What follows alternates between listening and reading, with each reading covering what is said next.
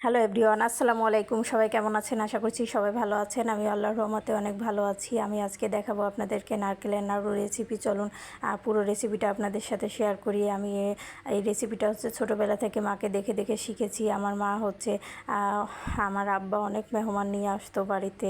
রাস্তা দিয়ে কেউ গেলেই হচ্ছে তাকে ডেকে এনে নাস্তা করাতো। এজন্য আমার মা হচ্ছে নারকেলের নাড়ু বানিয়ে বয়াম ভরে রেখে দিত, নারকেলের চিড়া করে রেখে দিত, তক্তি করে রেখে দিত। এখানে হচ্ছে আমি 1 কাপ চাউলের হচ্ছে অর্ধেকটা পরিমাণে নিয়ে হচ্ছে ভালো করে ধুয়ে লবণ দিয়ে হচ্ছে চাউলটাকে ভেজে নিয়েছি। এরপরে চাউলটাকে আমি বেটে শিলপাটায় হচ্ছে গুঁড়ো করে নিয়েছি। এদিকে আমি 1 বক্স পরিমাণে নারকেল এবং আখের গুড় পরিমাণ মতো দিয়ে দিয়েছি, প্রায় 4-5 টেবিল চামচের মতো। এবারে আমি ভালো করে অনবরত নাড়তে থাকবো যাতে তলা লেগে না যায়।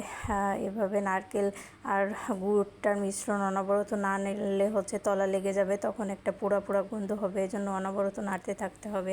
আমি অনবরত নেড়ে চেড়ে হচ্ছে নারকেলের নাড়ুটা বানিয়ে নিব। এরপরে হচ্ছে হাত দিয়ে দেখে নিতে হবে এভাবে যে আঠালো আঠালো হয়েছে কিনা।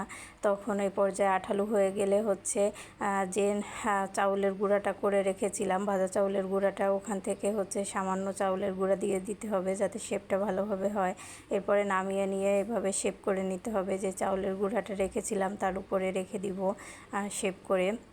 এভাবে হচ্ছে আপনারা সহজে নারকেলের নাড়ুটা বানিয়ে নিতে পারেন।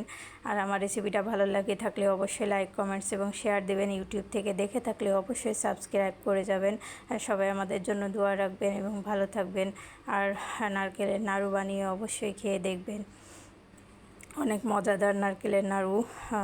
সবাই ভালো থাকবেন। আল্লাহ হাফেজ, আসসালামু আলাইকুম।